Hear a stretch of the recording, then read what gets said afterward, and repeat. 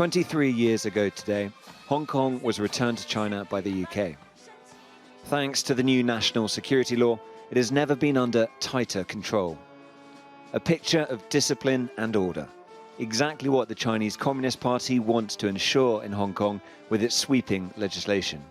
Cheers! All that called for celebration, and so Hong Kong's pro-Beijing leader, Carrie Lam, raised a toast. It is an essential and timely decision for restoring stability in Hong Kong.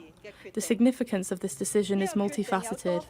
It shows that the central government is determined to restore stability in Hong Kong after a year of escalating violence and riots since last June. But Hong Kong's freedoms die hard. They still came out, even though the cost of protest had been raised significantly on the first full day of the law.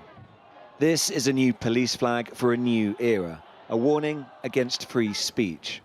And it didn't take long to use. This man was the first to be arrested under the national security law for carrying a flag that said Hong Kong independence. Look closer though, and the flag says in a tiny font, no to Hong Kong independence. It will be a test of the new law and of authorities' sense of humour, hitherto not renowned. Even though nearly everything has changed, some things remain the same. Probably in the future, we may never see a million people on the street again, not because we are satisfied with the government, but just because we are now living in fear. But I still have hopes and do believe in Hong Kong, especially the younger generation. And the tactics were familiar too. Less a police presence than an omnipresence. The water cannon promptly deployed. The so-called Raptor snatch squads at full pace.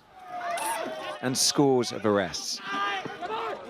The difference is that under the new legislation, the widely drawn crimes of secession, subversion, terrorism and colluding with foreign forces could carry a life sentence.